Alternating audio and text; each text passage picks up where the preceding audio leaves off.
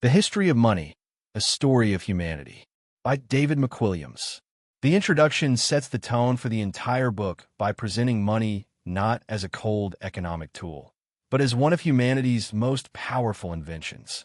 David McWilliams argues that to understand money is to understand human history itself, our fears, ambitions, conflicts, cooperation, and imagination. Money as a human story. McWilliams opens by emphasizing that money is not just numbers, coins, or notes. It is a shared belief system, a social agreement, a reflection of trust. Money works because people believe in it. When trust collapses, money collapses, and history shows this repeatedly. Money is invented, not natural. A key idea in the introduction is that money is a human invention, not a law of nature. Unlike gravity or biology, money exists only because humans collectively agree it does. This means money changes over time. Money adapts to society. Money reflects power structures. Money shapes civilizations. The introduction explains that money has been central to the rise and fall of empires, wars and revolutions, trade and globalization, inequality and wealth distribution. McWilliams frames money as a driver of history, not just a background element. Trust, power, and control. Another major theme introduced is the relationship between money and political power, money and state authority, money and control over people. From ancient rulers stamping coins to modern central banks managing currencies, money has always been tied to who holds power, booms, busts, and human nature. The introduction prepares the reader for recurring patterns: greed and fear, innovation and collapse, confidence and panic. McWilliams highlights that financial crises are not accidents. They are rooted in human psychology. Why understanding money matters today. The introduction ends by connecting history to the present. Inflation, debt, banking crises, digital currencies. By understanding money's past, readers are better equipped to understand today's financial world and future changes. Key messages from the introduction. Money is a story of human trust. Money is invented, not fixed. Power and money are inseparable. Financial crises repeat patterns. Understanding money helps understand the world. In simple terms, the introduction teaches that money is a mirror of humanity. To study money is to study how humans cooperate, compete, believe, and fail, and how societies rise and fall because of those beliefs. Chapter 1. Money Makes the World Go Round. This chapter explains why money is one of the most powerful ideas humans ever created and how it quietly shapes almost everything we do: work, trade, power, war, peace, and daily life. What does money makes the world go round really mean? It does not mean money is everything or that life is only about money. It means money connects people. Money helps societies function. Money allows millions of strangers to cooperate. Without money, modern life as we know it would stop. Money is a tool for cooperation. Imagine a city. Farmers grow food. Builders build houses. Teachers teach. Doctors heal. Money allows all these people who don't know each other to exchange value fairly. You don't need to trade bread for medical care. Money acts as a common language everyone understands. Money is based on trust, not objects. One of the most important ideas in this chapter is that money has value only because people believe in it. A coin is just metal. A note is just paper. A number in a bank is invisible. But we trust that others will accept it tomorrow, so it works. Money is a shared belief system. Money and power are connected. The chapter explains that whoever controls money often controls governments, armies, trade, society. Kings stamped faces on coins to show power. Modern governments control currencies through central banks. Money is never neutral. It always reflects power. Money drives human behavior. Money influences what jobs people choose, where people live, what countries fight over, how societies grow or collapse. Greed, fear, ambition, and hope are all tied to money. This is why financial crises repeat throughout history. Hammer and wrench money makes big systems possible. Large societies could not exist without money. Money allows taxes to fund roads and schools, armies to be paid, trade between distant countries, cities to grow. Money is the engine of civilization. But money is not the same as happiness. The chapter also warns, money helps organize life, but it does not give meaning. When money becomes the goal instead of a tool, societies suffer. Main points of Chapter 1. Money allows large-scale cooperation. Money is built on trust. Money is a human invention. Money and power are linked. Money shapes history and behavior. Money is a tool, not a purpose. Core message of the chapter. Money is one of humanity's greatest inventions, not because it is rich or shiny, but because it allows millions of people to work together peacefully, most of the time. Understanding money is the first step to understanding how the world really works. Chapter 2. The Invention of Money. This chapter explains how and why humans invented money, and why it was one of the biggest turning points in human history. Life before money. The barter problem. Before money existed, people used barter. They traded goods directly. For example, a farmer traded grain for shoes. A potter traded pots for meat. But barter had big problems. What if the shoemaker didn't want grain? What if goods spoiled or broke? What if something was hard to divide fairly? Trade was slow, awkward, and unfair. Why humans invented money? Money was invented to solve these problems. Money does 3 very important jobs. It makes trading easy. It shows value, what things are worth. It stores value for later. Instead of trading goats for tools, people used money as a middle helper. Money was not invented all at once. The chapter shows that money appeared in different places, took many forms, changed over time. Early money included shells, beads, cattle, salt, metals. Anything people trusted and agreed had value could become money. Money and authority. As societies grew, leaders realized money could collect taxes, pay soldiers, control trade. Governments began to stamp coins, control supply, decide what counted as money. Money became tied to power and rule.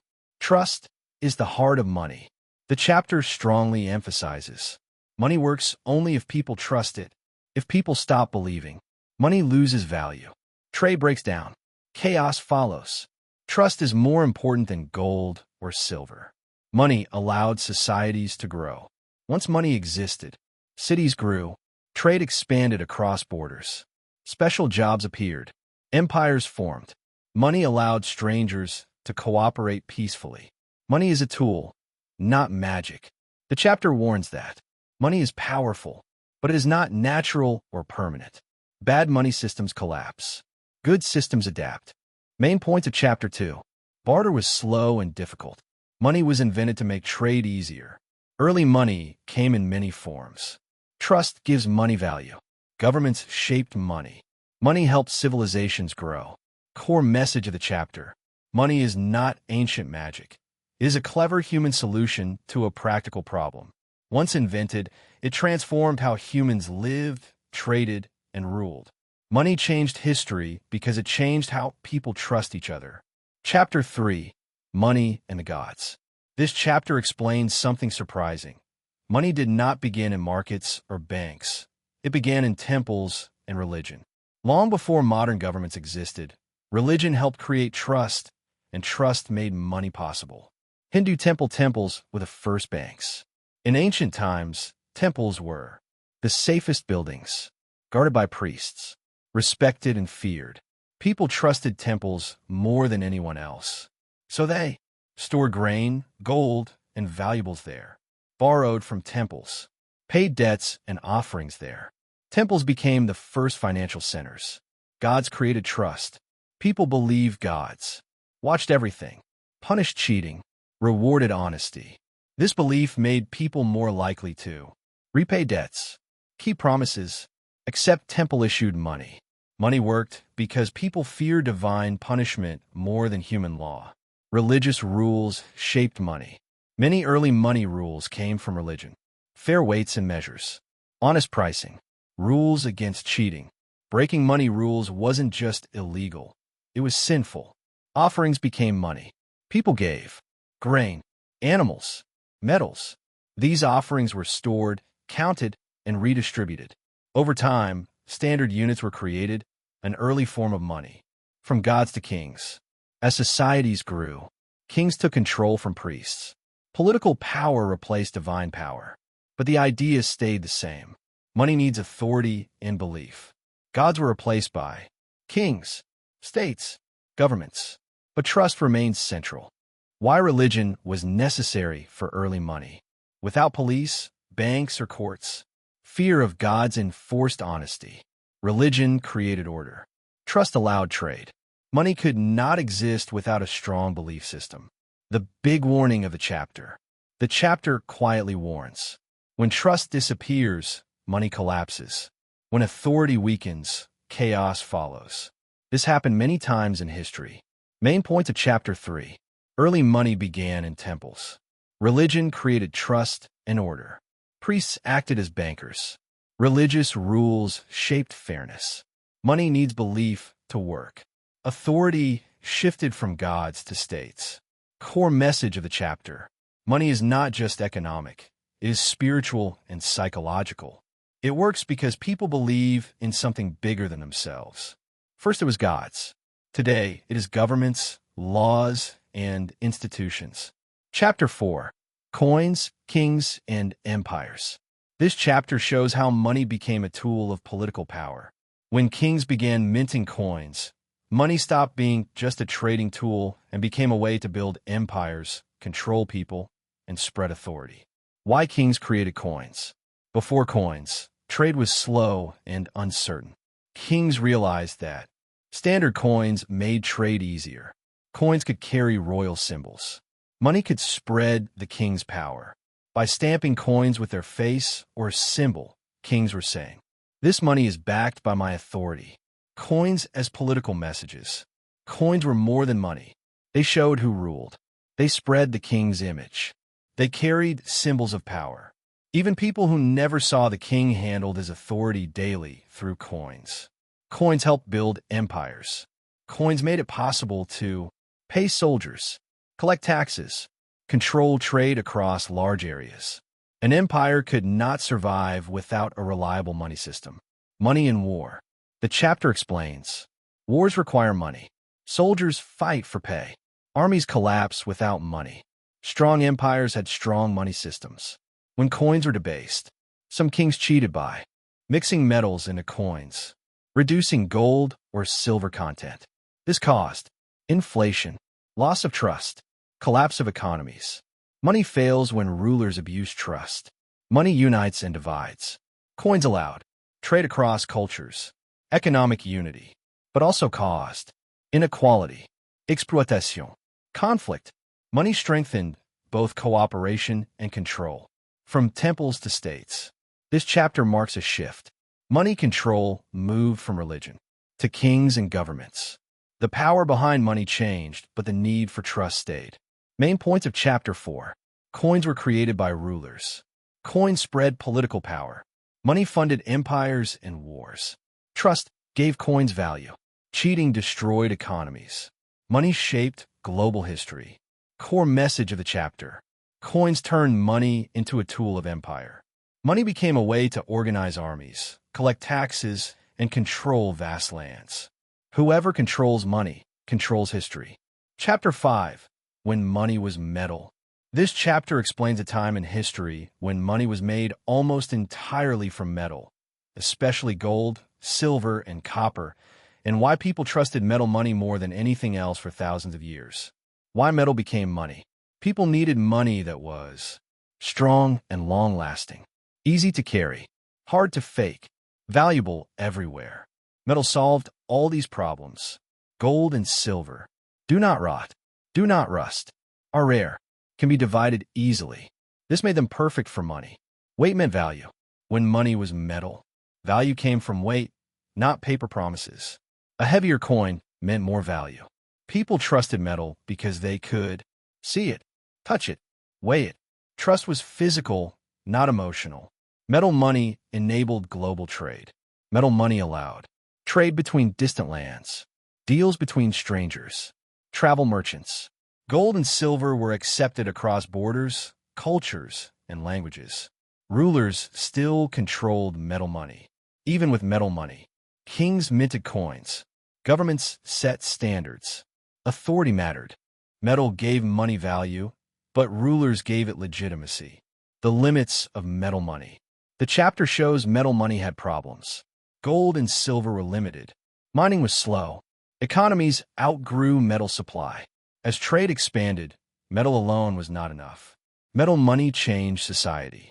Metal money encouraged saving, created wealth differences, increased power for those who own mines. Control of metal meant control of wealth. The big lesson of the chapter. Metal felt safe, but no money system is perfect. Even gold-based systems fail when trust disappears. Power is abused. Economies grow too fast. Main points of Chapter 5. Metal was trusted because it was real. Gold and silver became universal money. Weight determined value. Metal enabled global trade. Rulers still control money. Metal money had limits. Core message of the chapter. Metal money worked because people trusted what they could see and touch. But as societies grew more complex, money had to evolve beyond metal. Chapter 6. Paper money and trust. This chapter explains one of the boldest leaps in human history. When people stopped trusting metal itself and started trusting paper promises instead. It shows that modern money is built not on gold, but on confidence and belief. Why paper money was invented. Metal money was heavy and limited. As trade grew, carrying gold was dangerous. Economies needed more money. Trade became faster and larger. Paper money was invented as a claim on metal, not money itself at first. Paper started as receipts. The first paper money was a receipt for gold stored somewhere safe.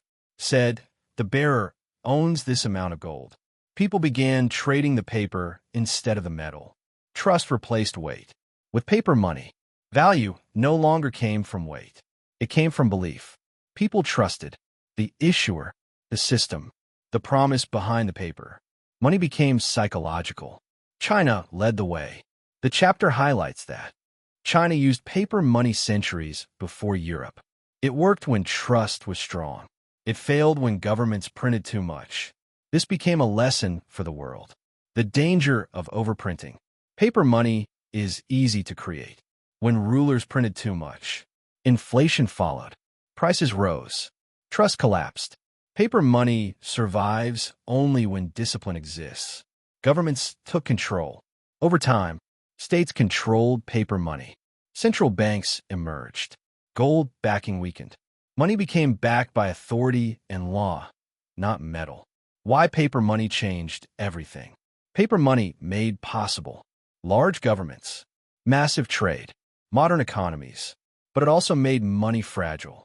Main points of Chapter 6. Paper money began as gold receipts. Trust replaced physical value. China pioneered paper money. Overprinting causes inflation. Governments control modern money. Trust keeps paper money alive. Core message of the chapter.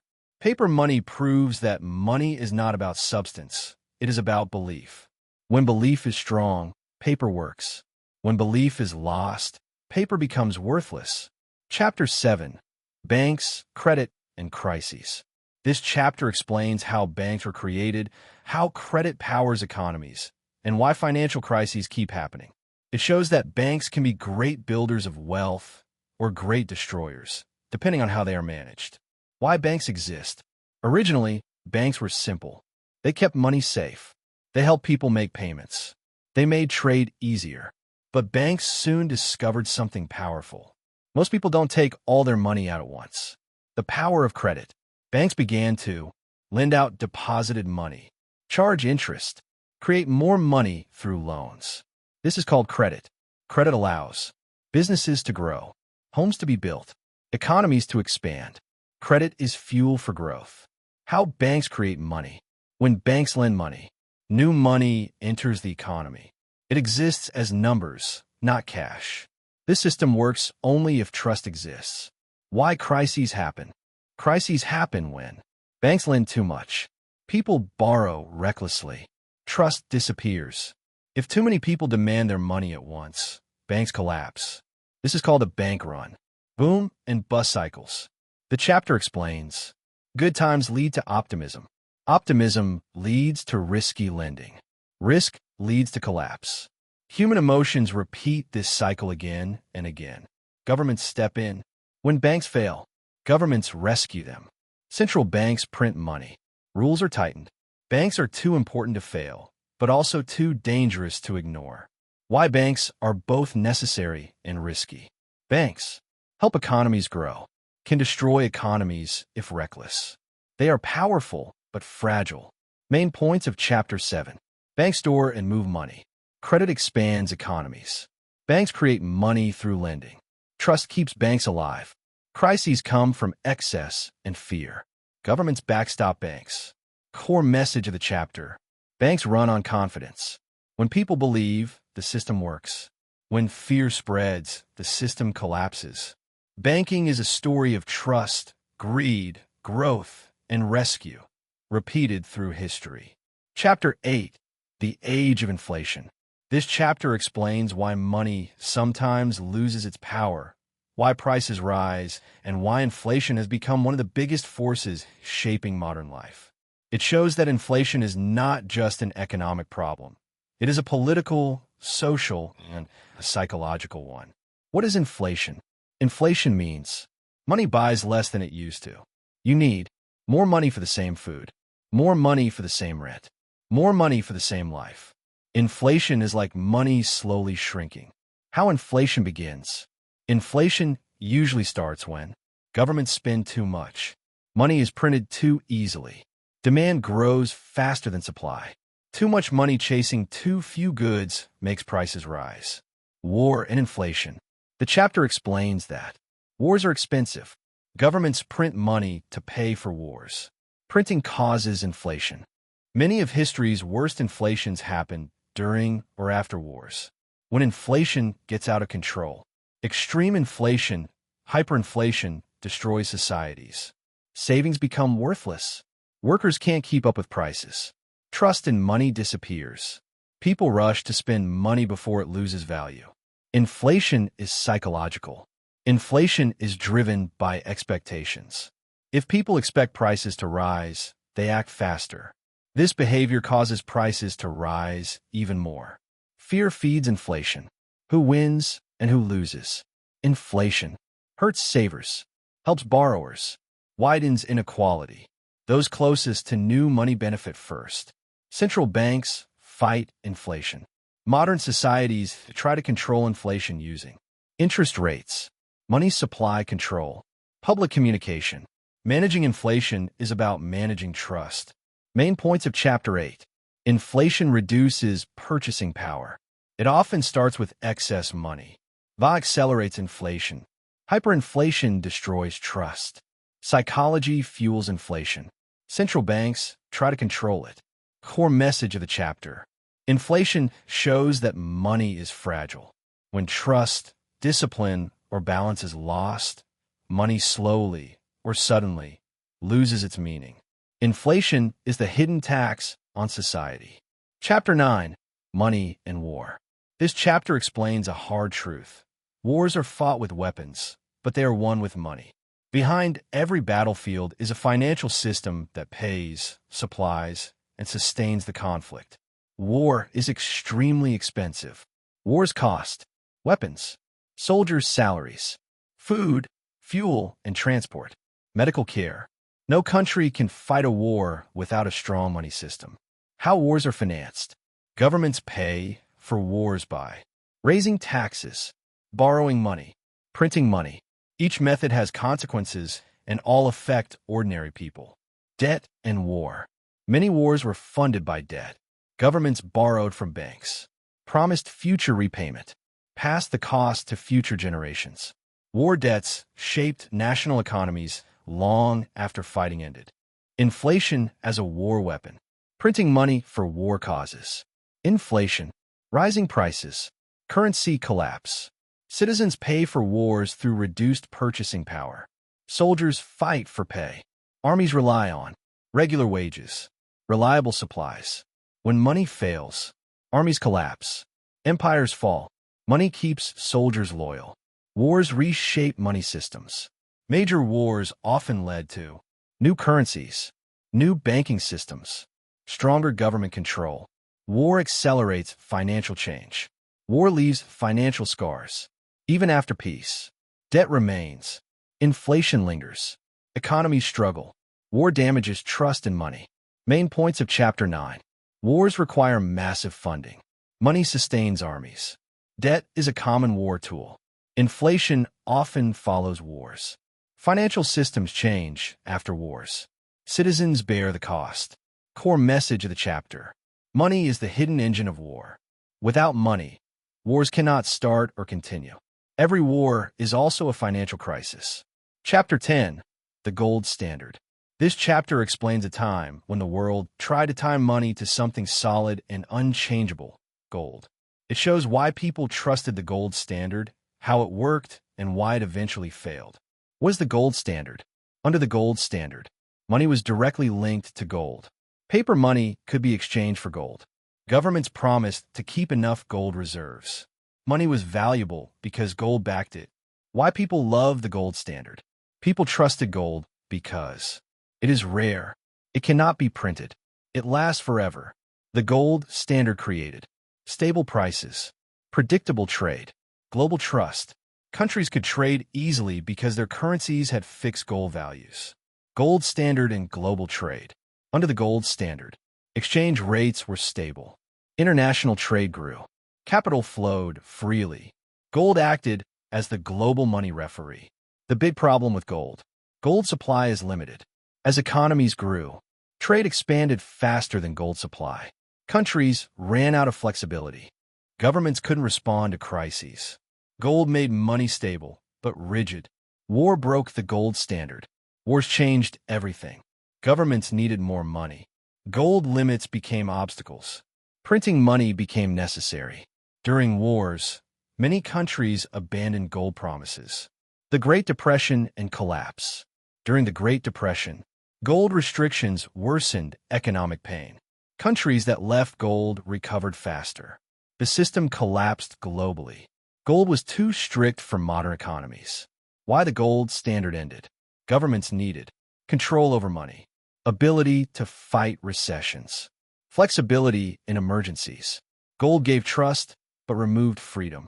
Main points of Chapter 10. Gold-backed money. Stability came from gold's scarcity. Global trade thrived. Gold limited government action. Wars broke the system. Flexibility ended the gold standard. Core message of the chapter. The gold standard shows the eternal struggle in money. Trust versus flexibility. Gold created trust, but modern economies needed freedom to adapt. Before we continue, please subscribe. We want to grow this. Be part of this journey and story. Thank you. Chapter 11.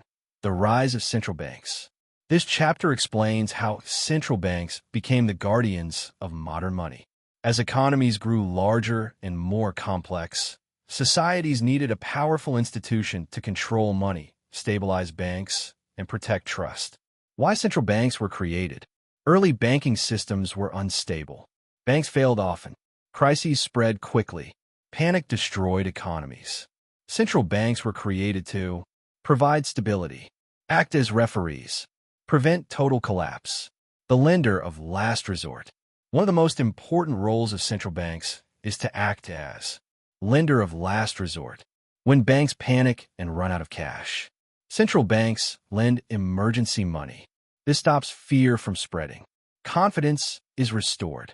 Controlling inflation and money supply. Central banks manage how much money exists, interest rates, inflation. Their goal is to keep prices stable, economies growing steadily. Too much money causes inflation. Too little causes recession. Managing trust, not just money. The chapter emphasizes central banks manage belief. Their words matter as much as actions. A calm statement can stop panic. A mistake can cause crisis. Independence from politics. For central banks to work, they must be independent.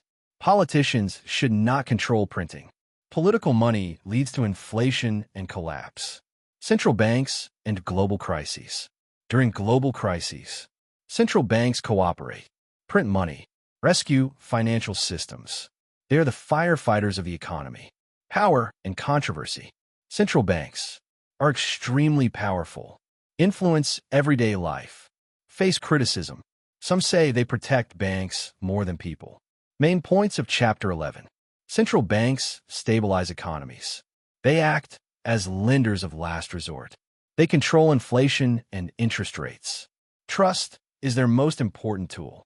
Independence protects money. Central banks shape modern life. Core message of the chapter. Central banks exist to protect trust in money. When trust collapses, economies collapse. They are invisible, powerful, and essential. Chapter 12. Boom, bust, and bubbles. This chapter explains why financial booms always turn into crashes and why humans keep making the same money mistakes again and again. It shows that bubbles are not accidents. They are part of human nature. What is a boom? A boom is a time when money is easy to get. Prices rise quickly. Everyone feels confident. Risk feels small. People believe. This time is different. What is a bubble? A bubble forms when prices rise far beyond real value. People buy only because prices are rising.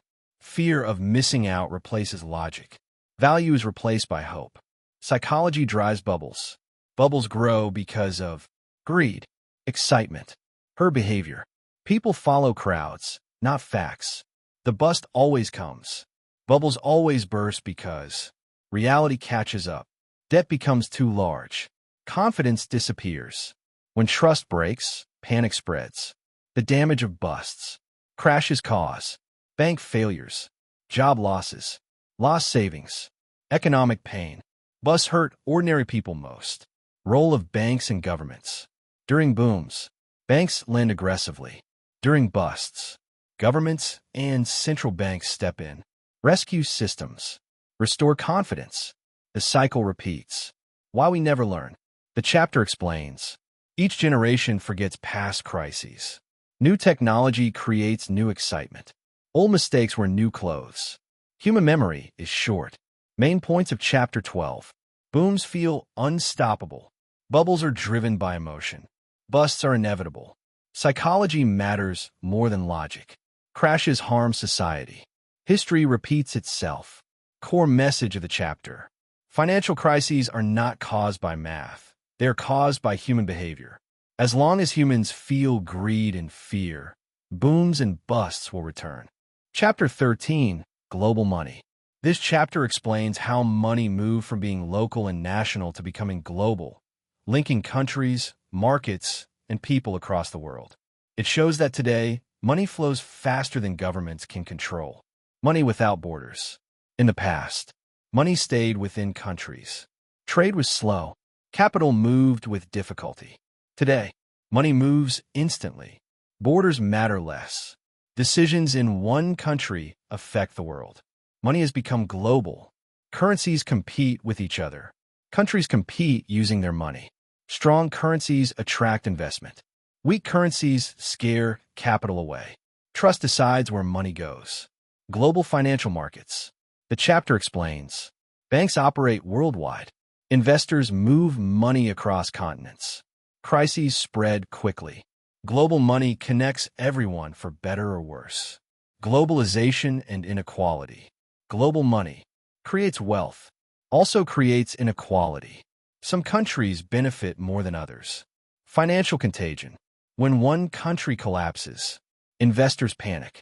Money flees. Other countries suffer. Crises are contagious. Limits of national control.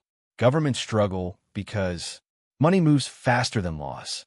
Investors react instantly. Control is limited. Power shifts from states to markets. The dollar and global power. The chapter highlights the U.S. dollar as global currency. Dollar power shapes world finance. Countries depend on it. Money equals geopolitical power. Main points of Chapter 13. Money crosses borders easily. Currencies compete globally. Global markets spread crises. Inequality increases. Governments lose control. Money reflects global power. Core message of the chapter. Global money connects the world, but also makes it fragile. When trust moves, money moves instantly. The global system runs on confidence. Chapter 14, Money and Power. This chapter explains a deep truth. Money and power have always been inseparable. Whoever controls money shapes societies, influences governments, and decides who wins and who loses. Money has always been about control. From ancient times, kings controlled coins, empires controlled trade, governments controlled currencies. Control over money meant control over people's lives. Political power shapes money. Governments decide. What counts as money? How much exists? Who gets access to it? Money is never neutral. It reflects political choices. Banks and financial power. The chapter explains that power has shifted from kings to banks to financial institutions. Those closest to money creation have the most influence. Money creates inequality. Money concentrates power. Wealth brings influence. Influence protects wealth. This creates cycles where the rich gain more power. The poor struggle to catch up. Global power and currency. Strong nations control global money. Dominant currencies. Financial rules. Trade systems. The chapter highlights how money reinforces global hierarchies. When money power is abused, abuse of money power leads to corruption, crises, revolutions. History shows that unfair money systems eventually break. Money shapes freedom and control. Money decides who has opportunities, who has security, who has choices. Power flows through money systems. Main points of Chapter 14. Money and power are linked. Governments shape money. Financial institutions hold influence. Money creates inequality. Global currencies reflect power. Abuse leads to collapse. Core message of the chapter. Money is not just economic. It is political and social. To understand money is to understand who holds power. Please hitting subscribe button will help us go a very long way. Do that for us. We want to grow with you from the beginning. Chapter 15, The Future of Money. This final chapter looks forward and asks a big question. What will money become next? McWilliams shows that money has always changed with technology, power, and trust, and it will continue to evolve. Money is always changing. The chapter begins by reminding us, money has never been fixed. Shells became coins. Coins became paper. Paper became digital. Change is normal. The digital money revolution. Today, most money exists as numbers on screens, moves instantly across the world, is controlled electronically. Cash is disappearing, replaced by cards, mobile payments, online banking. Money is becoming invisible. Cryptocurrencies and new ideas. The chapter explores new experiments. Cryptocurrencies, blockchain technology, decentralized money. These systems try to remove government control, replace trust with code. The big question, can technology replace trust? Central bank digital currencies, CBDCs. Governments are responding by creating digital versions of national money. State-controlled electronic cash. This could improve efficiency, increase surveillance, change privacy forever. Power will still matter. Even in the future, money will reflect power. Strong states will dominate. Weak systems will struggle. Technology changes the form, not the struggle. Risks of the future. The chapter warns about cybercrime, loss of privacy, financial exclusion, new forms of inequality. Digital money can liberate or control. Trust remains the foundation. No matter the technology, money only works if people trust it. Trust will always be more important than code or metal. Main points of Chapter 15. Money constantly evolves. Digital money is replacing cash. Cryptocurrencies challenge governments. States respond with digital currencies. Power and trust remain central. The future brings risks and opportunities. Thank you for watching. Happy New Year!